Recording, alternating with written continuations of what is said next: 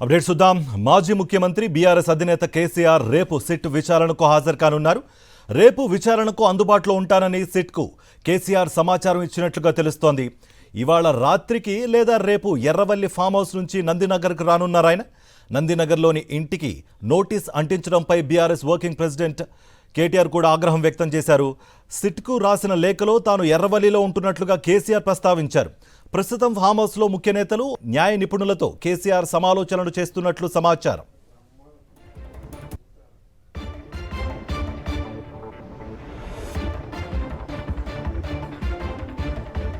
ఇదే అంశానికి సంబంధించి మరింత సమాచారం నందినగర్ నివాసం నుంచి మా ప్రతినిధి రాఘవేంద్ర అందిస్తారు.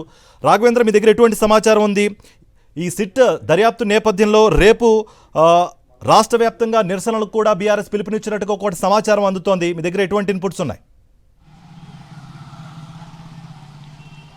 కార్తిక్, సిట్ విచారణకు తెలంగాణ మాజీ సీఎం కేసీఆర్ సిద్ధమవుతున్నట్టుగా తెలిసింది. ఇప్పటికే పార్టీ ముఖ్య నేతలు అదేవిధంగా న్యాయ నిపుణులతో ఎర్రవెల్లి ఫామ్ హౌస్లో కేసీఆర్ చర్చించినట్టు తెలుస్తుంది. పార్టీ వర్గాల నుంచి మనకు అందుతున్న సమాచారం ప్రకారం షెడ్యూల్ ప్రకారం, అంటే నిన్న రాత్రి ఇచ్చిన నోటీసుల ప్రకారం రేపు మధ్యాహ్నం 3 గంటలకు విచారిస్తామని కూడా నోటీసులో సిట్ పేర్కొంది. ఆ షెడ్యూల్కి అనుగుణంగానే నందినగర్లో పోలీసులకు, సిట్ అధికారులకు అందుబాటులో ఉండాలన్న నిర్ణయానికి మాజీ సీఎం కేసీఆర్ వచ్చినట్టుగా మనకు సమాచారం అవుతుంది. ప్రస్తుతం అయితే ఎర్రవెల్లి ఫామ్ హౌస్లో కేసీఆర్ ఉన్నారు. న్యాయ నిపుణులు, ముఖ్య నేతలతో ఆయన చర్చిస్తున్నారు. పార్టీ వర్గాల నుంచి మనకు అందుతున్న సమాచారం ప్రకారం ఇవాళ రాత్రికి కానీ రేపు ఉదయం కానీ ఎర్రవెల్లి ఫామ్ హౌస్ నుంచి నందినగర్ నివాసానికి కేసీఆర్ చేరుకుంటారని తెలుస్తుంది. అయితే ప్రధానంగా నిన్న రాత్రి సిట్ అధికారులు వచ్చి నందినగర్ నివాసానికి నోటీసులు అందించడం పైన బీఆర్ఎస్ పార్టీ చాలా సీరియస్గా ఉంది. దీనికి సంబంధించి నిరసన కార్యక్రమాలు చేపట్టే ఆలోచనలో ఉన్నట్టుగా తెలుస్తుంది. ప్రస్తుతానికైతే సిట్ విచారణను ఎదుర్కొనేందుకు కేసీఆర్ సిద్ధమైనట్టుగా పార్టీ వర్గాల నుంచి సమాచారం అవుతుంది. ఈ అంశానికి సంబంధించి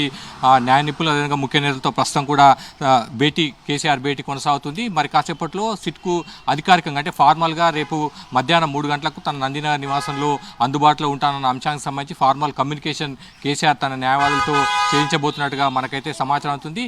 మొత్తం మీద మాత్రం ఈ అంశానికి సంబంధించి బీఆర్ఎస్ కొంత సీరియస్గా తీసుకుంది. ఎర్రవెల్లి ఫామ్ హౌస్లో ఉంటాను, తనకు అక్కడికి కమ్యూనికేషన్ చేయాలని కేసీఆర్ లేఖ రాసినప్పటికీ కూడా నందినగర్కు వచ్చి నోటీసు అంటించిన అంశానికి సంబంధించి బీఆర్ఎస్ పార్టీ వర్గాలు, నేతలు కూడా సీరియస్గా ఉన్నారు. ఈ అంశానికి సంబంధించి రేపు ఒకవైపు కేసీఆర్ సిట్ విచారణకు సహకరిస్తారు. అదే సమయంలో రాష్ట్ర ప్రభుత్వం కక్ష సాధింపు చర్యలకు దిగుతుందన్న అంశానికి సంబంధించి పార్టీ శ్రేణులు నిరసన కార్యక్రమాలకు సిద్ధమవుతున్నారు. కార్తీక్,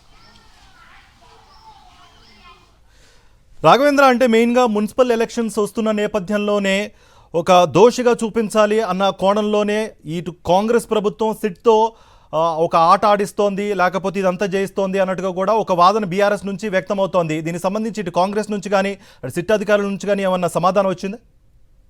రెస్పాండ్ అయ్యారా ఇంతకీ?